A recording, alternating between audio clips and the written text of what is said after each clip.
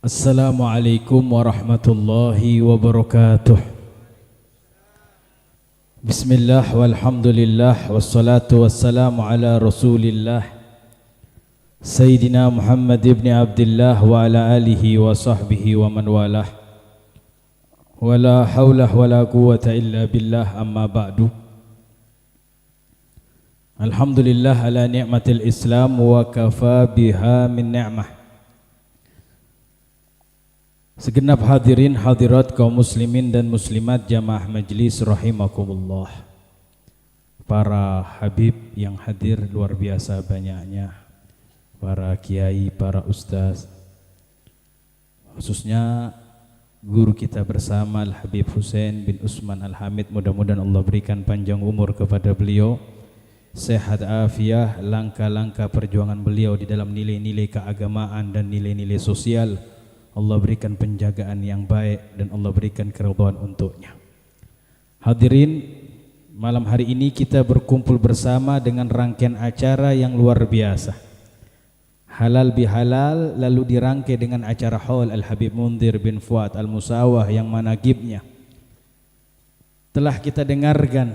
Mudah-mudahan kita bisa ngambil hikmah dari apa yang telah kita dengarkan dan mudah-mudahan menjadi contoh untuk bisa kita tiru langkah orang-orang yang mulia, orang-orang yang dipilih oleh Allah Subhanahu wa ta'ala. Hadirin, halal bihalal adalah sebuah ungkapan milik bangsa Indonesia di dalam hal untuk saling meridhai satu dengan yang lainnya. Yang pertama kali digunakan oleh Bung Karno atas usulan daripada Kiai Haji Abdul Wahab Hasbullah untuk menyatukan dan mendamaikan bangsa Indonesia dari perpecahan yang ada di masa itu, dari pertikaian yang ada di masa itu. Halal bihalal ini muncul dengan tujuan untuk mendamaikan, untuk menyatukan kembali apa-apa yang terpisah di masa beliau, para putra-putra terbaik bangsa Indonesia ini. Maka hal yang kita butuhkan juga hal yang semacam mereka. Yang kita lihat hadirin, saat ini bangsa Indonesia secara khususnya dan secara umumnya dunia yang saat ini kita hadiri dalam kehidupan kita ini, kita lihat manusia satu dengan yang lainnya terpecah belah, manusia satu yang lainnya berkelompok, manusia satu dengan yang lainnya saling caci, manusia satu dengan yang lainnya ringan untuk memaki, manusia satu dengan yang lainnya ringan untuk menfitnah dan lain sebagainya. Hadirin, sungguh hal ini semuanya terjadi tiada lain karena rasa takut mereka kepada Allah Subhanahu wa ta'ala sudah mulai sirna pada diri mereka semuanya. Rasa takut mereka sudah mulai berkurang kepada Allah Subhanahu wa ta'ala, hingga mudah untuk merusak persatuan, hingga mudah untuk merusak silaturahmi. Sedangkan Nabi Muhammad sallallahu alaihi wasallam beliau bersabda dalam nasihat beliau, la yadkhulul jannah ghati, tidak akan masuk ke dalam surga orang-orang yang merusak persatuan, tidak akan masuk surga orang-orang yang merusak daripada silaturahmi. Bahkan di hadis yang lainnya Nabi Muhammad sallallahu alaihi wasallam dalam sebuah riwayatnya disebutkan, inna rahmatullah la tanzil ala qaumin wa fihim ghatiur rahim, sesungguhnya rahmat Allah tidak akan turun kepada suatu kaum yang di dalamnya terdapat pemecah belah. Sungguhnya rahmat Allah tidak akan turun kepada suatu kaum yang di dalamnya terdapat perusak silaturahmi, perusak persatuan. Hadirin, mari kita kembalikan persatuan ini, mari kita kembalikan kedamaian ini, besarkan rasa takut kita kepada Allah Subhanahu wa ta'ala. Modal utama untuk mempersatukan daripada kesatuan yang terpecah belah, khaufullah, takut kepada Allah Subhanahu wa ta'ala. Talok, sebuah wilayah yang dikenal daripada pembesar ulama-ulama di Sulawesi Selatan.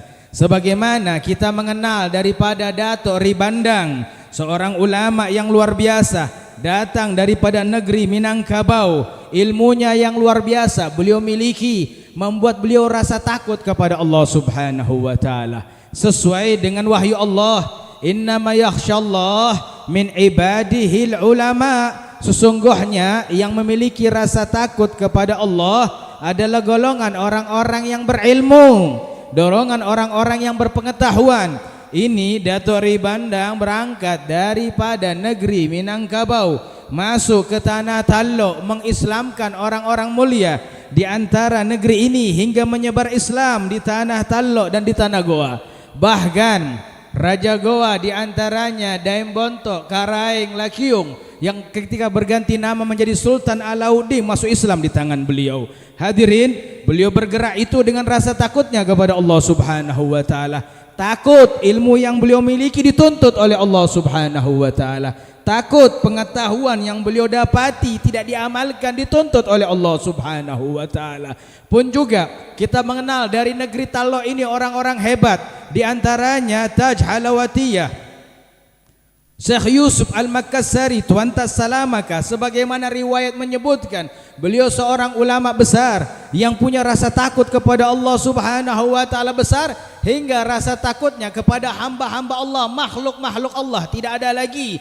Beliau mengangkat semangat perjuangan melawan penjajah. Beliau mengangkat semangat perjuangan untuk jihad di jalan Allah Subhanahu wa taala hingga beliau diangkat sebagai pahlawan nasional bukan hanya di negeri kita Indonesia ini, bahkan di negeri Afrika Selatan menjadi sosok pahlawan yang bersahabat karib dengan Sultan Ageng Tirtayasa, menjadi guru daripada Kesultanan Banten, menjadi sahabat karib, menjadi mantunya dari rasa takutnya kepada Allah Subhanahu wa taala. Hadirin, dahulu negeri Sulawesi Selatan ini dikenal juga sebagai negeri orang-orang mulia, orang-orang yang punya rasa takut kepada Allah Subhanahu wa taala. Kita lihat bagaimana kehidupan para datuk-datuk kita yang berada di tanah Sulawesi secara khususnya ini, semisal Tuan Guru yang kita kenal sebagai guru tua, bagaimana beliau berjuang, keilmuan beliau yang luar biasa, mengangkat daripada pendidikan yang luar biasa. Beliau takut kepada Allah Subhanahu wa taala.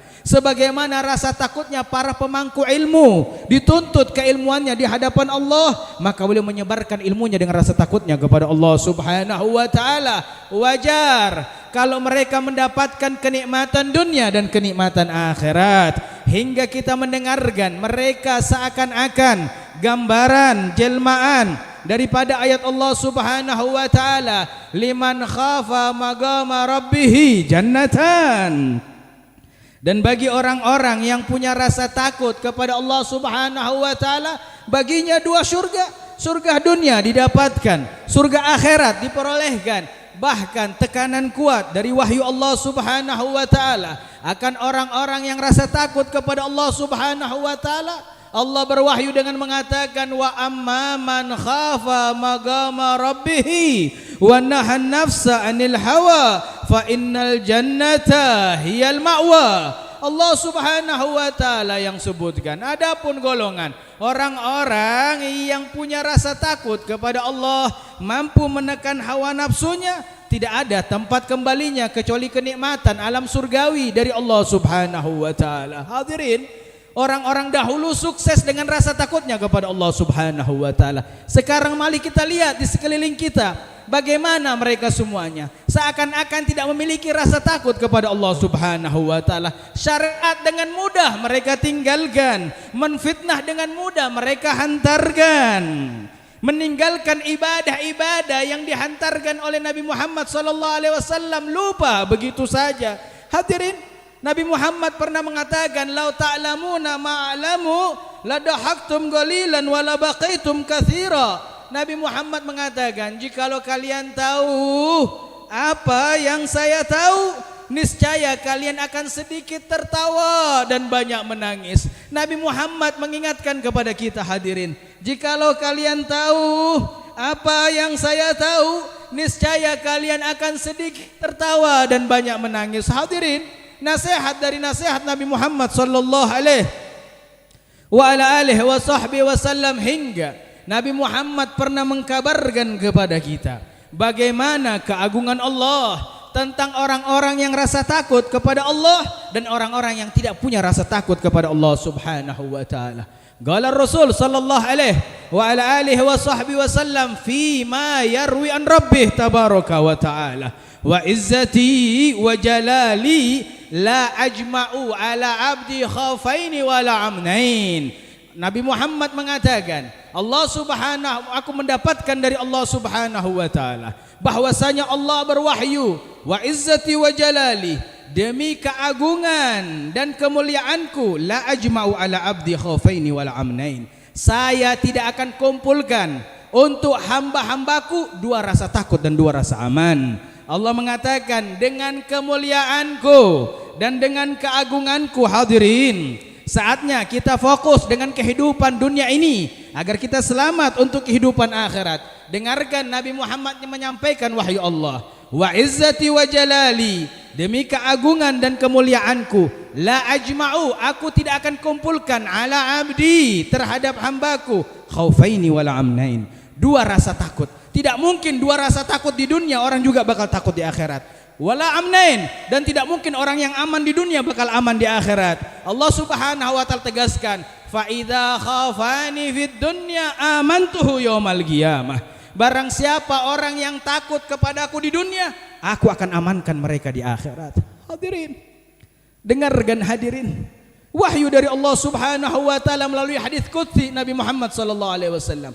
Orang yang takut kepadaku di dunia, aku berikan rasa aman untuknya di akhirat. Wa man amanani fid dunya akhaftuhu yaumal qiyamah. Dan barang siapa yang merasa aman di dunia, aku buat dia rasa takut nanti di akhirat. Orang yang aman maksiat di dunia, hadirin, ketakutan nanti di akhirat. Orang yang ringan bermaksiat di dunia, gampang bermaksiat di dunia, mudah bermaksiat di dunia, Allah akan hantarkan rasa takut yang besar untuknya di akhirat. Maka dari itu kita mendengarkan riwayat-riwayat yang agung, bagaimana orang-orang hebat dari kalangan para nabi, dari kalangan para rasul, mereka orang-orang yang punya takut besar kepada Allah Subhanahu wa taala. Lihat bagaimana Nabi Allah Adam, Allah Subhanahu wa taala berikan usia 980 tahun dengan segala macam perbedaan riwayat akan beliau. 980 tahun hidup di alam dunia ini, di atas muka bumi ini. Adapun kehidupan di alam sorga, ikhtilaful ulama. Allah Subhanahu wa taala telah menetapkan, dan para ulama banyak berselisih pendapat, dan ada yang memasrahkan umur Nabi Adam di sorga tidak ada yang tahu kecuali Allah Subhanahu wa taala. Namun di alam dunia ini mereka mengatakan Nabi Adam mendapatkan usia 980 tahun, 300 sanah, lam yarfa ra'sahu ila sama. Selama 300 tahun hidup di alam dunia ini, Nabi Adam tidak pernah menatap langitnya Allah Subhanahu wa taala khaufan ilaih, karena takut kepada Allah Subhanahu wa taala. Hadirin, Nabi Adam 300 tahun tidak pernah mengangkat kepalanya menatap langitnya Allah, takut kepada Allah Subhanahu wa taala. Keadaan hati, jiwa, pemikiran, pemahaman sosok kenabian dan kerasulan, dan begitulah keadaan orang-orang yang semisal beliau. Lihat bagaimana Nabi Allah Ibrahim yang luar biasa, hampir di setiap malam-malamnya setelah beliau beribadah meneteskan air mata dengan suara yang dahsyat, mencurahkan air mata dengan suara yang dahsyat, hingga suaranya terdengar dengan jarak yang cukup jauh. Suaranya terdengar dari tangisan takutnya, suara yang cukup jauh, hingga kerabat beliau yang menyaksikan beliau semacam itu berkata kepada beliau, ya Khalilullah, duhai kekasih Allah, engkau ini adalah kekasih Allah. Ada apa dengan tangisanmu yang dahsyat semacam itu? Engkau ini kekasih Allah, ada apa dengan tangisanmu semacam itu? Maka Nabi Ibrahim menjawab dengan kalimatnya, idza dzakartu khati'ati nasaitu khullati. Nabi Ibrahim berkata, apabila aku sudah ingat akan dosa-dosaku, lupa kalau aku ini seorang kekasih Allah. Hadirin, isma'u biudhunikum. Hadirin, isma'u biudhunikum hatta yadkhulu ila qulubikum. Dengarkan dengan telinga kalian hingga masuk ke dalam sanubari hati kalian. Nabi Ibrahim berkata, kalau saya sudah ingat kesalahan saya, lupa kalau saya ini Nabi Allah, lupa kalau saya ini Rasulullah, lupa kalau saya ini kekasih Allah. Hadirin, seorang nabi melupakan kenabiannya, seorang rasul melupakan kerasulannya, sedangkan beliau seorang nabi dan rasul ketika mengingat kesalahannya lalu di antara kita dengan mudah untuk lupa dengan maksiat-maksiat kita di hadapan Allah Subhanahu wa taala. Dengan mudah untuk lalai takut kepada Allah Subhanahu wa taala. Lihat sebagaimana disebutkan dalam riwayat yang lain, Nabi Daud meneteskan air mata dengan dahsyatnya, hingga air mata beliau berbekas di pipi beliau. Ada aliran dari air mata beliau. Banyaknya air mata beliau menumbuhkan rumput-rumput di tanahnya Allah Subhanahu wa taala. Hadirin, rasa takut beliau membuat di pipi beliau ada aliran air mata, dan banyaknya air mata menetes membuat rumput-rumput tumbuh di atas muka buminya Allah Subhanahu wa taala. Indahnya rasa takut mereka dihantarkan kepada Allah. Lihat bagaimana Nabi Yusuf, hampir setiap malamnya sebelum beliau tidur, beliau takut dengan tidurnya hingga tidak kembali lagi roh beliau. Beliau takut tidurnya bukan tidur dalam keadaan yang baik. Beliau takut dengan nyawanya, bagaimana nyawanya terlepas. Beliau mengangkat tangan di malam-malamnya lalu berkata, Rabbi tawaffani musliman wa alhiqni bisalihin. Rabbi tawaffani musliman wa alhiqni bisalihin. Duhai Tuhanku, wafatkan aku dalam keadaan Islam, kumpulkan aku bersama orang-orang saleh. Hadirin, ini doanya seorang nabi. Hadirin, kita mengenal beliau Nabi Yusuf. Hadirin, yang mana kita tahu dalam akidah Ahlus Sunnah wal Jamaah, hum ma'sumun, mereka orang-orang yang dijaga dari kemaksiatan. Wafat husnul khotimah terjamin pada diri mereka. Wafat dalam keadaan yang baik ada pada genggaman kehidupan mereka. Wafat dalam keadaan indah ada dalam takdir kehidupan mereka. Wafat dalam keadaan mulia tercatat dalam lembaran catatan mereka. Namun takut wafatnya tidak dalam keadaan Islam. Takut wafatnya tidak bawa Islam, pemahaman indah. Ini disebut dengan fahmun nubuwah, pemahaman kenabian. Hadirin, lalu lihat dalam kehidupan sehari-hari kita, berapa banyak kita punya rasa takut kepada Allah. Kita hendak tidur dengan seenaknya tidur dalam ketiduran kita. Kita hendak bekerja dengan seenaknya bekerja. Tidak ada rasa takut yang besar kepada Allah Subhanahu wa taala. Bahkan dalam sebuah riwayat, bahkan para nabi-nabi menjadi suri toladan daripada para malaikat. Para nabi-nabi menjadi contoh daripada para malaikat. Diriwayatkan malaikat Jibril dan malaikat Mikail punya rasa takut yang besar kepada Allah Subhanahu wa taala, hingga beliau menangis dengan sangat, menangis dengan dahsyat. Malaikat Jibril dan Mikail dengan dahsyatnya beliau menangis berdua. Lalu Allah Subhanahu wa taala berkata kepada mereka berdua, "Ma yabkikuma?" Apa yang buat kalian berdua menangis? Malaikat berkata, "Makruka ya Rabb." Makarmu duhai Allah. Mereka takut tentang makar Allah. Mereka takut dengan makar Allah. Lalu Allah berkata, "Hakadzakuma fala ta'manna mim makri." Beginilah kalian berdua, jangan merasa aman dari makarku. Tidak boleh orang merasa aman dari makarnya Allah. Ketika tenaga masih ada, ketika mata masih jelas, ketika kekuatan dalam fisiknya masih ada, mereka seakan-akan umurnya panjang.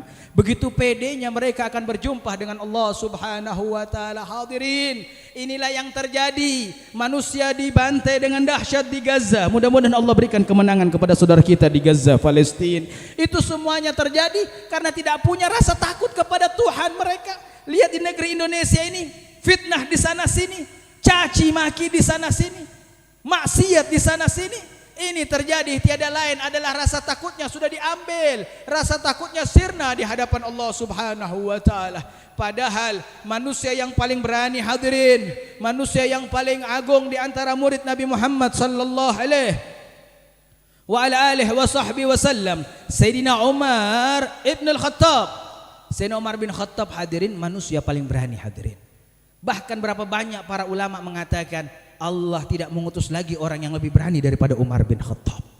Allah tidak menghadirkan lagi orang yang lebih berani daripada Sayyidina Umar bin Khattab. Ketika orang-orang, hadirin, masuk Islam sembunyi-sembunyi, takut dengan tipu muslihat Quraisy yang menyiksa umat Islam, Sayyidina Umar bin Khattab mengumumkan keislamannya di hadapan para pemimpin-pemimpin Quraisy. Ketika orang berhijrah dari Mekah menuju Madinah di tengah malam, dalam keadaan sembunyi-sembunyi, Sayyidina Umar bin Khattab berhijrah di siang hari, hadirin. Diumumkan di hadapan para pemimpin-pemimpin Quraisy, dikumpulkan orang-orang Quraisy. Lalu beliau berkata di hadapan orang-orang Quraisy, saya Umar putra Khattab, saya Umar putra Khattab akan ikut hijrah menuju Madinah, tempat Nabi Muhammad SAW berhijrah. Beliau umumkan hijrahnya. Tidak sampai situ beliau berkata, lalu beliau lanjutkan kalimatnya, saya akan hijrah dari Mekah ke Madinah lewat jalan ini dan lewat gang itu. Disebutkan rutenya hadirin, disampaikan di halayak publik, disampaikan di halayak umum, di hadapan para pembesar-pembesar kafir Quraisy. Jalan-jalan yang akan dilewati menuju Mekah, dari Mekah menuju Madinah disampaikan. Lalu beliau berkata, maka barang siapa yang hendak menjadikan istrinya sebagai janda dan anaknya sebagai anak yatim, silahkan halangi perjalanan hijrahku. Hadirin, manusia yang paling berani semacam ini. Nabi Muhammad memuji beliau dengan mengatakan, Umar bin Khattab kalau lewat satu jalan masuk kepada satu kampung, fajjan syaitan fajjan akhar. Kalau Sayyidina Umar bin Khattab sudah masuk satu kampung, syaitan pindah ke desa yang lainnya. Hadirin, kalau Sayyidina Umar bin Khattab sudah masuk ke suatu jalan, syaitan pindah ke jalan yang lainnya. Keberanian Umar bin Khattab. Namun lihat bagaimana rasa takutnya kepada Allah Subhanahu wa taala. Manusia yang tidak gentar, yang digelar dengan Al-Faruq dari lisan Nabi Muhammad sallallahu alaihi wasallam. Ketika Rasulullah memakamkan anak beliau Ibrahim, Rasulullah mentalkin anak beliau, Rasulullah menuntun anak beliau. Rasulullah berkata, ya Ibrahim, idza ja'atskal malaikatu, wahai Ibrahim, jikalau datang kepadamu malaikat bertanya kepadamu siapa Tuhanmu, lalu bertanya kepadamu siapa nabimu, lalu bertanya kepadamu apa agamamu, fagullahu, maka katakan kepada malaikat tersebut, fagullaha, katakan kepada malaikat tersebut, Allahu Rabbi, Allah Tuhanku, wa Muhammadun abi, dan Nabi Muhammad adalah ayahku, wa Islamu dini, dan Islam adalah agamaku. Ketika dituntun ini anaknya Rasul Nabi Sayyidina Ibrahim oleh Nabi Muhammad, Sayyidina Umar bin Khattab berada di dekat Rasulullah, teriak dalam keadaan ketakutan. Hadirin, dalam riwayat yang lain beliau terjatuh pingsan. Ketakutan ini Sayyidina Umar bin Khattab. Ditanya oleh Rasulullah, mabika ya ibnal Khattab, ada apa dengan engkau wahai putra Khattab? Lalu Sayyidina Umar bin Khattab mengatakan, ya Rasulullah, innahu Ibrahim ibnun Nabi sabiyun lam yablugh wa anta tulagginuhu. Innahu Ibrahim ibnun Nabi sabiyun lam yablugh ma jarat alaihil ghalam wa anta tulagginuhu. Duhai Rasul, ini Ibrahim putra seorang nabi. Ini Ibrahim putra seorang nabi, anak kecil, belum baligh, belum ada catatan amal baik dan amal buruk, dan yang menuntunnya adalah engkau Rasul, dan yang mentalkinnya adalah engkau ya Rasul. Wa ma'ana illa ibnal Khattab, siapa saya kecuali hanya putranya Khattab, siapa saya kecuali hanya putra Khattab, rajulun qad balagh jarat alaihil galam, saya ini hanyalah seorang putra laki-laki dari Al-Khattab, sudah baligh, ada catatan amal baik dan amal buruk. Famayulagginuni, lalu siapa yang akan tuntun saya di alam kubur saya? Siapa yang akan mentalkin saya di alam kubur saya? Hadirin, ketakutan Sayyidina Umar bin Khattab. Hadirin, takut ini Sayyidina Umar bin Khattab berjumpa dengan alam kubur. Hadirin, takut ini manusia yang paling berani. Hadirin, takut berjumpa dengan alam kubur. Hadirin, pertanyaan Umar bin Khattab tidak dijawab oleh Rasul sallallahu alaihi wasallam hingga turun malaikat Jibril membawa jawaban dari Allah, hingga kejadian itu menjadi asbabul wuru, asbabun nuzul, menjadi sebab turunnya wahyu Allah. Allah yang jawab langsung pertanyaan Sayyidina Umar bin Khattab, yuthabbitullahu alladhina amanu biqouli tsabit fil hayatid dunya wa fil akhirah. Allah yang akan kokohkan, Allah yang akan mantapkan kehidupan orang-orang hebat di alam dunia ini dan di alam akhirat. Hadirin, ini yang kita harapkan. Hadirin, rasa takut kepada Allah, baik laki-laki pun juga begitu, perempuan. Laki-laki sudah mulai berkurang rasa takutnya, pun juga perempuan sudah mulai sirna rasa takutnya. Mari kita kembalikan rasa takut kita kepada Allah Subhanahu wa taala untuk menjadi pondasi kehidupan kita bisa baik di dalam menjaga persatuan, baik di dalam menghamba kepada Allah, baik di dalam mengabdi kepada Allah, baik di dalam mengikuti Nabi Muhammad sallallahu alaihi wa ala alihi wasallam, sebagaimana dikatakan oleh lisan para ulama, al-khauf yamna'udz dzunub, takut itu mencegah kita untuk melakukan dosa-dosa. Mudah-mudahan Allah hantarkan kita rasa takut. Mudah-mudahan Allah jadikan kita orang-orang yang rasa takut. Allah selamatkan kita daripada rasa berani kepada Allah. Allah selamatkan kita dari rasa tidak takut kepada Allah Subhanahu wa taala. Amin ya rabbal. Amin ya rabbal. Amin ya rabbal. Ya rabbal alamin. Mudah-mudahan Allah hadirkan ke hati kita hidayah dan taufik untuk mengenal Allah dengan rasa takut, mengenal Allah dengan rasa harap, terbang dengan sayap keimanan, terbang dengan sayap keimanan, dengan dua sayap, sayap takut dan sayap harap kepada Allah Subhanahu wa taala. Mudah-mudahan Al-Habib Husain diberikan kemudahan untuk melunasi daripada bangunannya. Allah jadikan permudah pelunasannya, Allah jadikan permudah pembangunannya. Allah tuntun beliau untuk mensukseskan daripada kegiatan sosialnya, Allah sukseskan daripada kegiatan keagamaannya. Begitu banyak program-program beliau, mudah-mudahan programnya dimudahkan oleh Allah Subhanahu wa taala. Mudah-mudahan kegiatan beliau dimudahkan oleh Allah Subhanahu wa taala. Kita doakan mudah-mudahan Allah Subhanahu wa taala sampaikan dalam waktu yang dekat apa yang beliau niatkan untuk hamba-hamba Allah, apa beliau niatkan untuk membantu orang-orang, apa yang dia niatkan untuk membantu anak-anak beliau yang selama ini sudah ada bersama beliau bertahun-tahun. Allah lancarkan urusan dunianya dan akhirat. Allah lancarkan urusan dunianya dan akhirat. Amin ya rabbal alamin. Allahumma hadzal du'a wa minkal ijabah. Allahumma hadzal du'a wa minkal ijabah. Allahumma hadzal du'a wa minkal ijabah. Allahumma hadzal du'a wa minkal ijabah. Wa anta qulta ud'uni astajib lakum. Nad'uka kama amartana, nad'uka kama amartana, fastajib lana kama wa'atana ya arhamar rahimin wa ya akramul akramin. Wa sallallahu ala sayyidina Muhammad wa ala alihi wa sahbihi wasallam. Walhamdulillahi rabbil alamin. Wassalamu alaikum warahmatullahi wabarakatuh. Waalaikumsalam warahmatullahi